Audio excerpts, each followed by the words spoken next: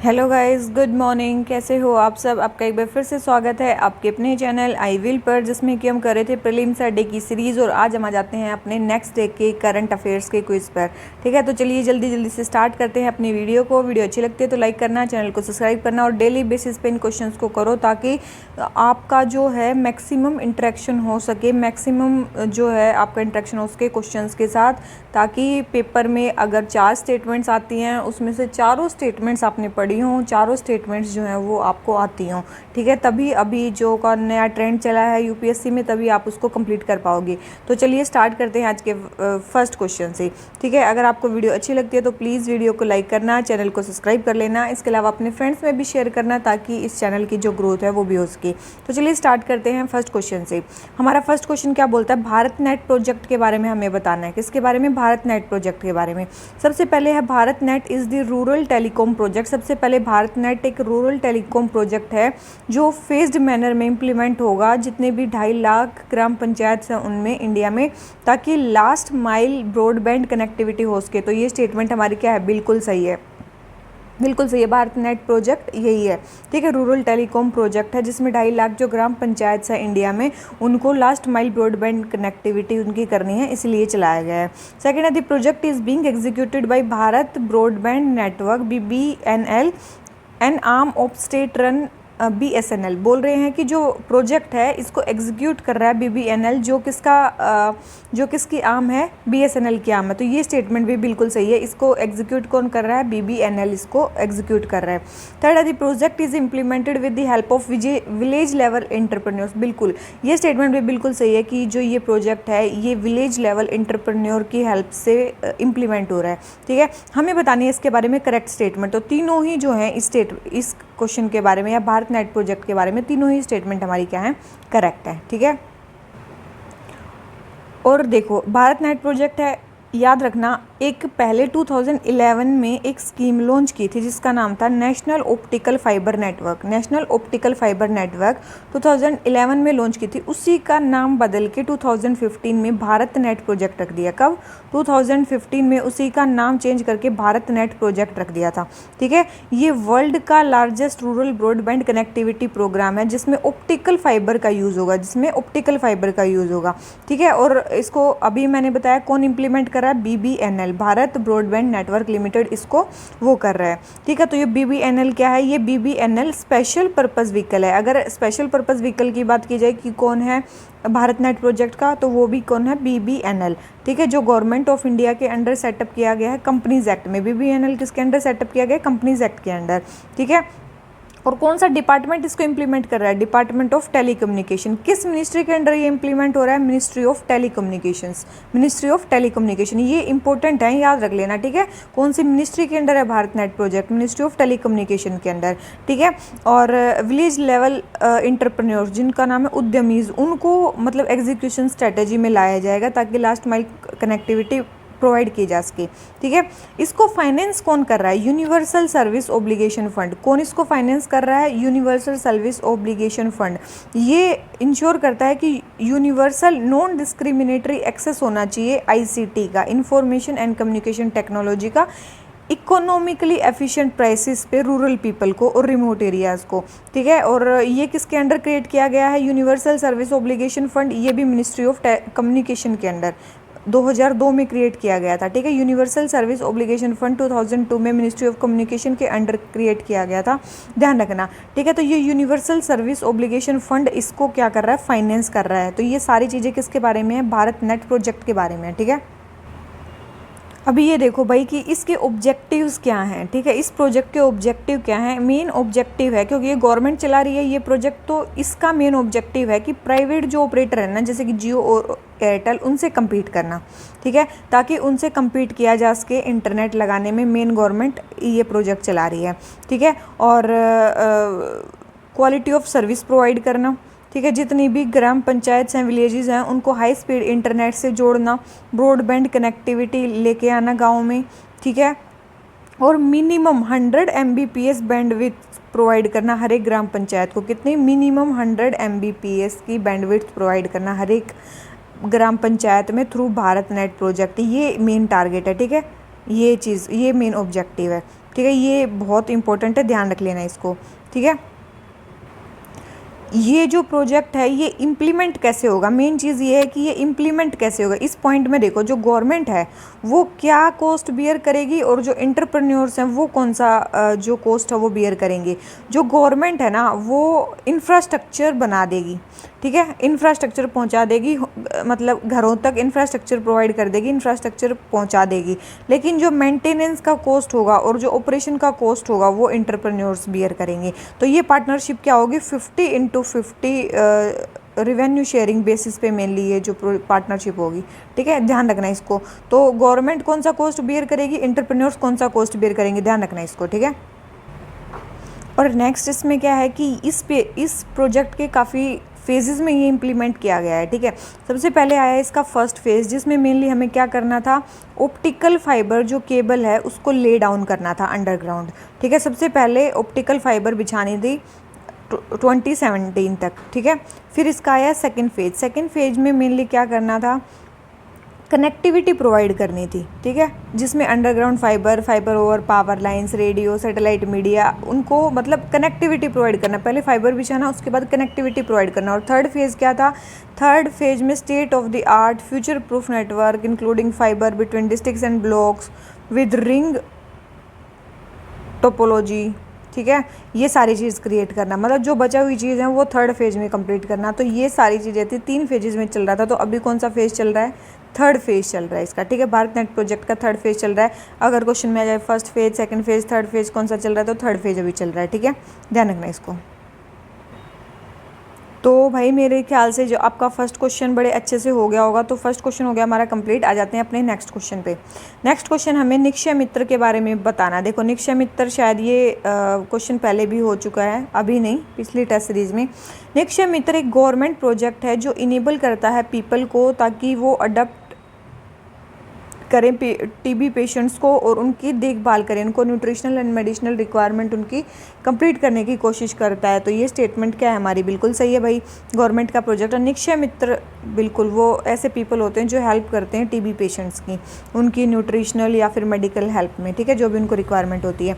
Second है under प्रधानमंत्री TB मुक्त भारत अभियान। देखो, प्रधानमंत्री टीबी मुक्त भारत अभियान ये एक स्कीम है जिसमें हम टीबी को ख़त्म करना चाहते हैं, लेकिन 2030 तक नहीं, 2025 तक, 2025 तक हमें टीबी को ख़त्म करना है। ठीक है, तो याद रखना ये 2030 तक का प्रोजेक्ट नहीं है, ये 2025 तक का प्रोजेक्ट है।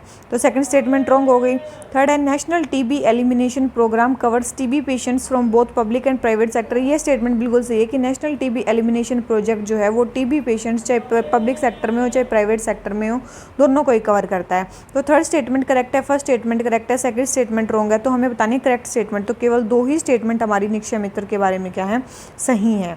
ठीक है, तो ये चीज़ ध्यान रखना, ये है हमारे निक्षय मित्र के बारे में चीज़ें।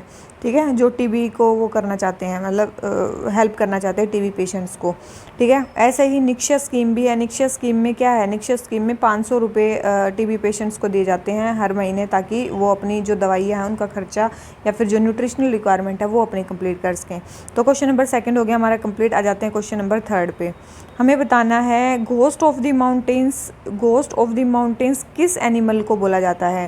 ठीक है, घोस्ट ऑफ द माउंटेन किस एनिमल को बोला जाता है, तो आप सभी को पता होगा, शायद नहीं पता है तो अब पता चल जाएगा, वो है स्नो लेपर्ड।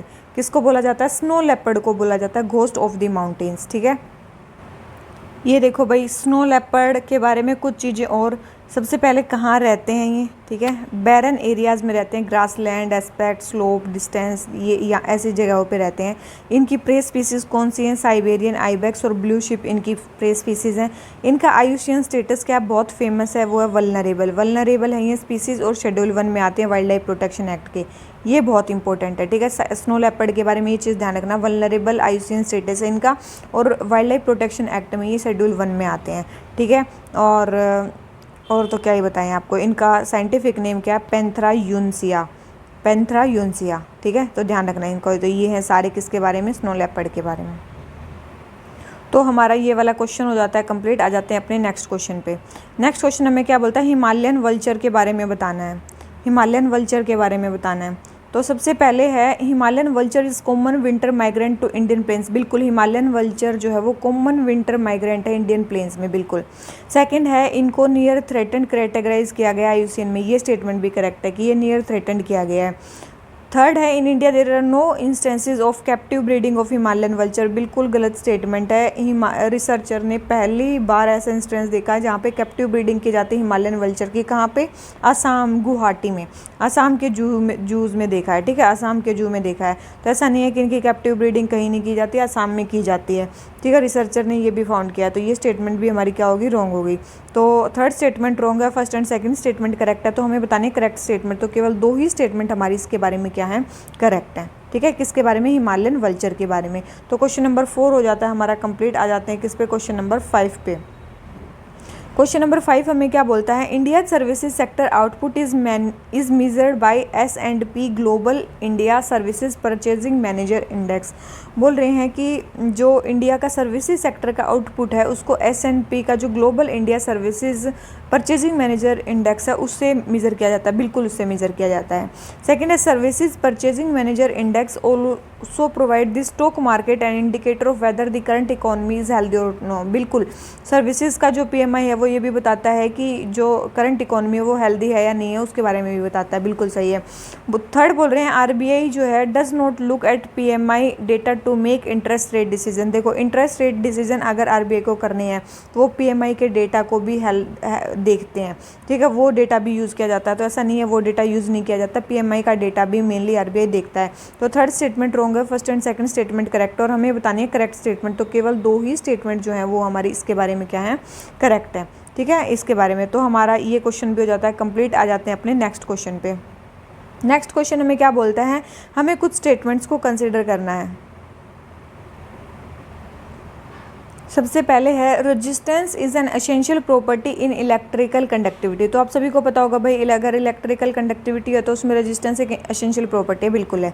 सेकंड बोल रहे हैं कि resistance involves gain of energy in the form of heat. देखो, रेजिस्टेंस का मतलब क्या होता है? Loss of energy in the form of heat, ठीक है, गेन ऑफ एनर्जी नहीं। रेजिस्टेंस क्या होता है? वो एनर्जी को लॉस करता है। तो ये स्टेटमेंट हमारी क्या होगी? रॉन्ग होगी।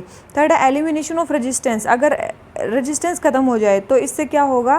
Can lead to removal of transmission losses. तो उससे क्या होंगे? ट्रांसमिशन में जो लॉसेस होते हैं वो कम हो जाएंगे, बिल्कुल हो जाएंगे। In power cables and massive gains in energy, और गेन इन एनर्जी होगा बिल्कुल अगर रेजिस्टेंस खत्म हो जाए। आप सभी को पता है, बिल्कुल सही है। तो हमें बतानी है करेक्ट स्टेटमेंट। करेक्ट क्या है? फर्स्ट एंड थर्ड करेक्ट है और सेकंड स्टेटमेंट रॉन्ग है। तो केवल 2 ही स्टेटमेंट इसके बारे में क्या होगी? हमारी करेक्ट होगी, ठीक है। आ जाते हैं नेक्स्ट क्वेश्चन पे। नेक्स्ट क्वेश्चन हमें किसके बारे में बताना है? सुपर कंडक्टिविटी के बारे में। किसके बारे में? सुपर कंडक्टिविटी के बारे में। सबसे पहले superconductivity refers to a state in which a material offer high resistance to electric current. तो ये स्टेटमेंट क्या है? सुपर कंडक्टिविटी में क्या होता है? आप सभी को पता होगा, सुपर कंडक्टिविटी में जब मटेरियल में मिनिमम रेजिस्टेंस होता है।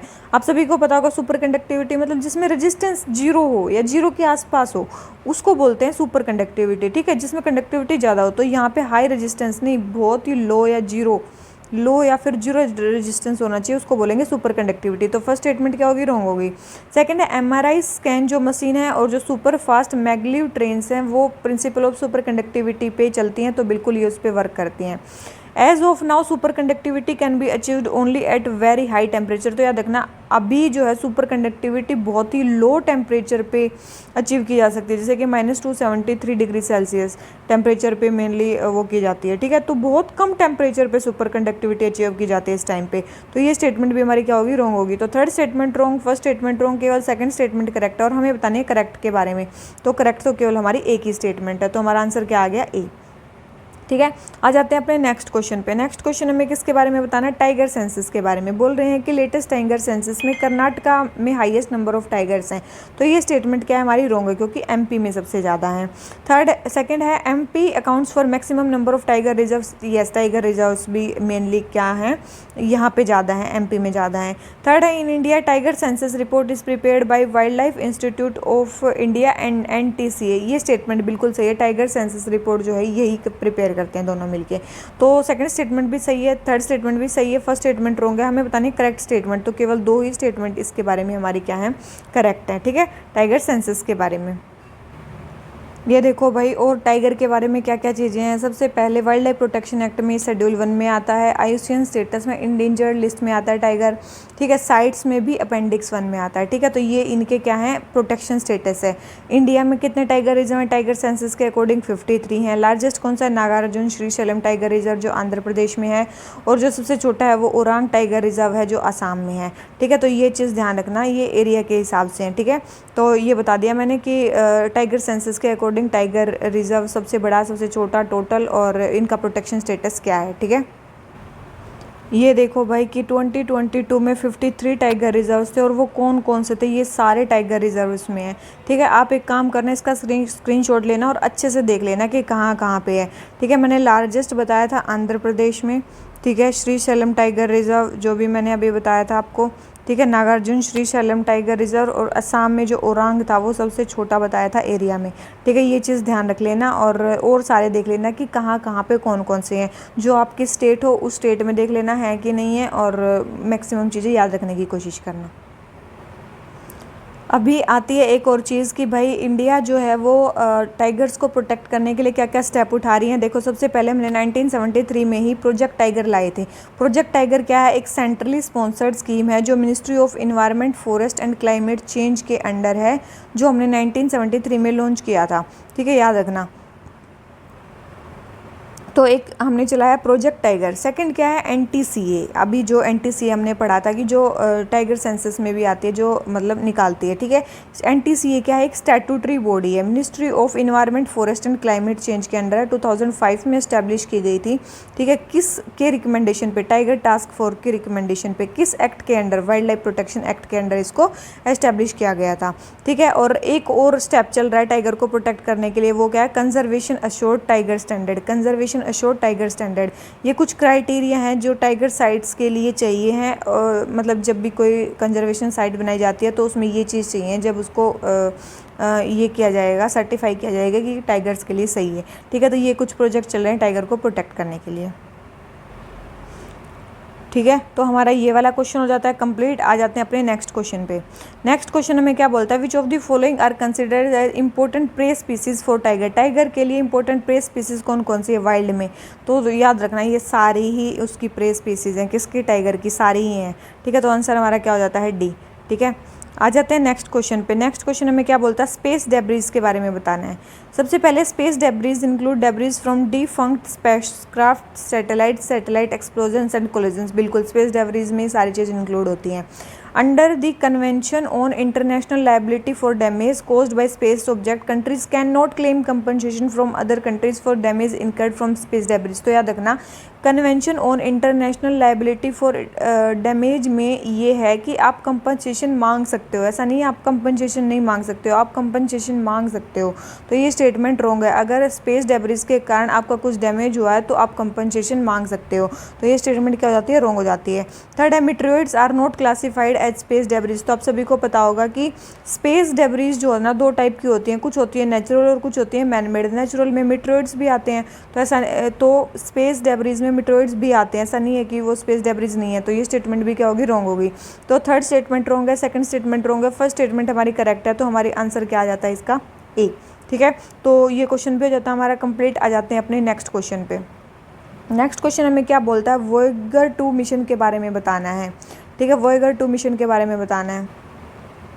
तो इसमें पहली स्टेटमेंट है, Voyager 2 is the first spacecraft to enter interstellar space. एक बात बताओ भाई, वोयेगर 2 नहीं, वोयेगर 1 था जो पहला स्पेसक्राफ्ट था जो इंटरस्टेलर स्पेस में एंटर किया था। तो ये स्टेटमेंट क्या होगी, रॉन्ग होगी। ये नासा का मिशन है, बिल्कुल ये नासा का मिशन है। The spacecraft is not powered by solar power. ये स्टेटमेंट भी बिल्कुल सही है कि ये इस स्पेसक्राफ्ट जो है वो सोलर पावर से पावर्ड नहीं है, mainly small nuclear power plant से पे रिलाई करता है। ये स्टेटमेंट क्या है, बिल्कुल सही है, ठीक है। ये स्टेटमेंट भी क्या है, बिल्कुल सही है। नेगेटिव क्यों लगा रही हूँ मैं, ठीक है। ये बिल्कुल ये सोलर पावर से पावर्ड नहीं है बिल्कुल, और स्मॉल न्यूक्लियर पावर प्लांट पे ये वो करता है, रिलाई करता है। तो सेकंड और थर्ड स्टेटमेंट करेक्ट है, फर्स्ट स्टेटमेंट रॉन्ग है। हमें बतानी है करेक्ट स्टेटमेंट। तो हमारी जो दो स्टेटमेंट है वो इसके बारे में क्या है, करेक्ट है, ठीक है। अभी देखो भाई, ये लॉन्च कब हुए थे, देखो वोयेगर 2 कब लॉन्च हुआ था, 20 अगस्त 1977 को लॉन्च हुआ था। और वोयेगर 1 कब लॉन्च हुआ था, 5 सितंबर 1977 को, ठीक है। तो याद रखना ये ऐसे लॉन्च हुए हैं, ठीक है। वोएगर 1 कब लॉन्च हुआ था और वोएगर 2 कब लॉन्च हुआ था, ठीक है। और वोएगर 2 नासा का लॉन्गेस्ट रनिंग मिशन है, ठीक है। वोएगर 2 नासा का लॉन्गेस्ट रनिंग मिशन है।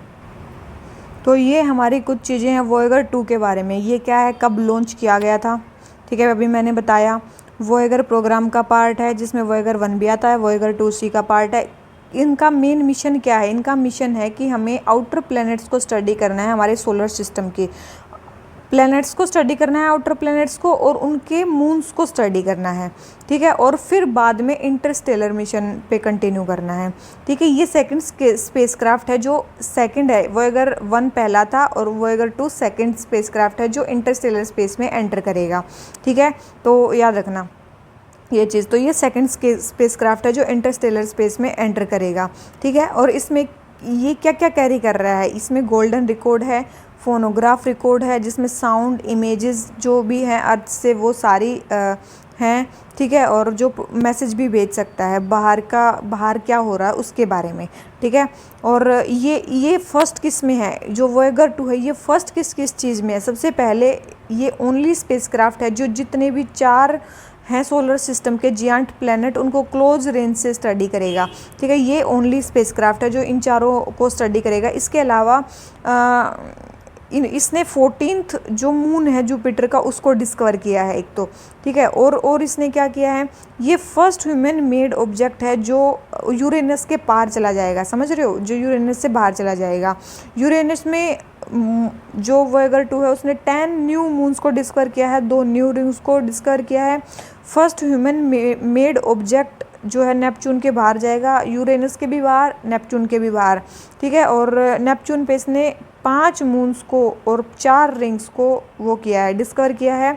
और एक ग्रेट डार्क स्पॉट को भी इसने डिस्कवर किया है, ठीक है। ये सारी किसके बारे में, वोएगर 2 के बारे में, कि इसने क्या क्या डिस्कवर किया है, ठीक है। ये इसकी सक्सेस है। ये फर्स्ट किस में रहा है, वोएगर 2, ठीक है। लेकिन इंटरस्टेलर स्पेस में जाने वाला ये सेकंड है, ठीक है, ध्यान रखना इस चीज़ को।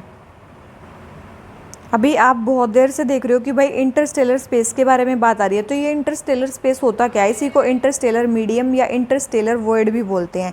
ये वास्ट एक्सपेंस है स्पेस का, जो स्टार्स जो होते हैं ना उनके बीच, गैलेक्सी में जो स्टार्स होते हैं उनके बीच में जो स्पेस होता है उसको बोलते हैं इंटरस्टेलर स्पेस, ठीक है। ये किसी भी स्टार की ग्रेविटी या मैग्नेटिक फील्ड्स के बाहर होता है, बियॉन्ड होता है। इस पर मतलब इंटरस्टेलर स्पेस में किसी स्टार की कोई ग्रेविटी काम नहीं करती, कोई मैग्नेटिक फील्ड काम नहीं करता है, ठीक है। ये very low density gas, dust, cosmic rays, magnetic field उससे बना होता है, ठीक है। तो ये है इंटरस्टेलर स्पेस, ठीक है। तो मेरे ख्याल से आपका ये वाला क्वेश्चन हो गया होगा कंप्लीट। आ जाते हैं अपने नेक्स्ट क्वेश्चन पे।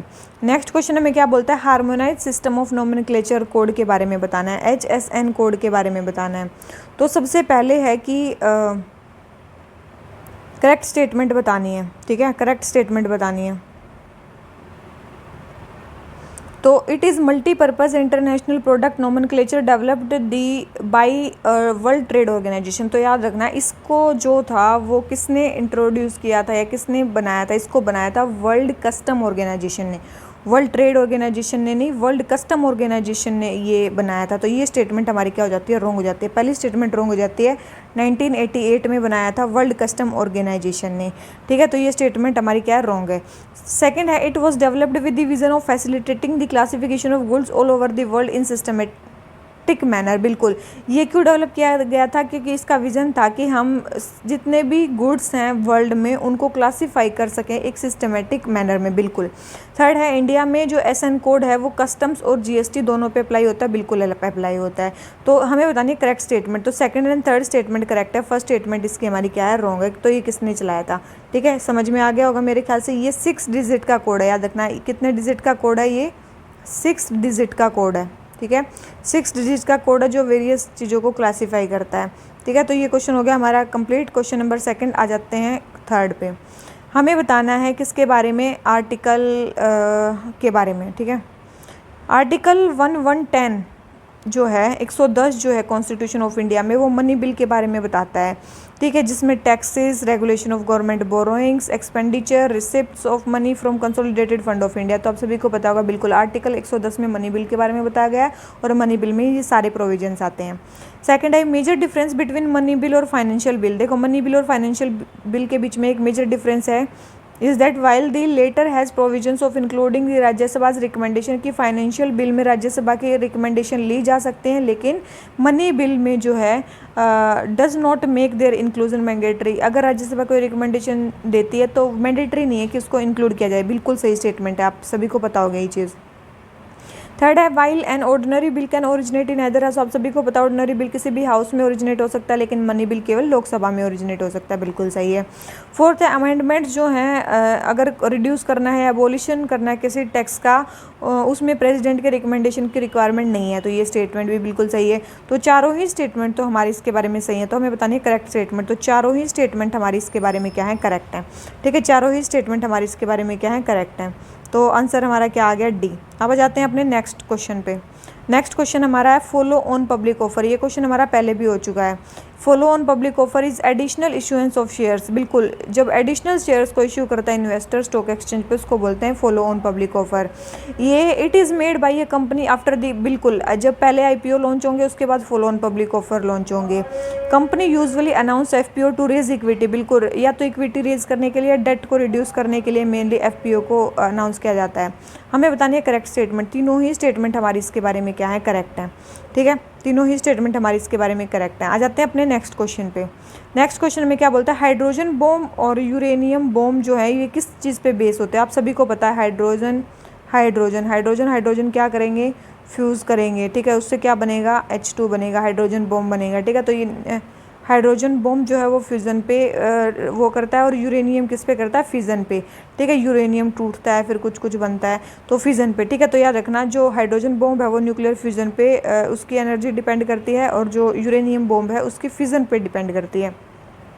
ठीक है, ध्यान रखना। तो ये हो गया हमारा क्वेश्चन नंबर 5। तो इसी तरीके से आज हमारे जो टोटल 15 क्वेश्चन हो जाते हैं वो जाते हैं कंप्लीट। वीडियो अच्छी लगी हो तो लाइक करना, चैनल को सब्सक्राइब कर लेना, और डेली बेसिस पे इन वीडियोस के साथ जुड़ना, ताकि आपके जो मैक्सिमम कंसेप्ट्स हैं वो साथ साथ में ही कंप्लीट होते रहें। ठीक है, test series is a different part, और करंट अफेयर्स के जो क्वेश्चन है वो डिफरेंट पार्ट है। तो प्लीज़ इन क्वेश्चन से जुड़े रहो, ताकि अगर कोई चीज़ जो हमारी करंट अफेयर्स में, या फिर सॉरी जो बोलते हैं टेस्ट सीरीज़ में अगर नहीं कवर हो पाती है, तो इन करंट अफेयर्स के थ्रू आपकी हो जाए। ठीक है, मैं मैक्सिमम कोशिश कर रही हूँ कि ज़्यादा से ज़्यादा क्वेश्चंस आपको करवाए जाएँ। ठीक है, तो इसी नोट पे आज के लेक्चर को हम ख़त्म करते हैं। Thank you very much, bye bye.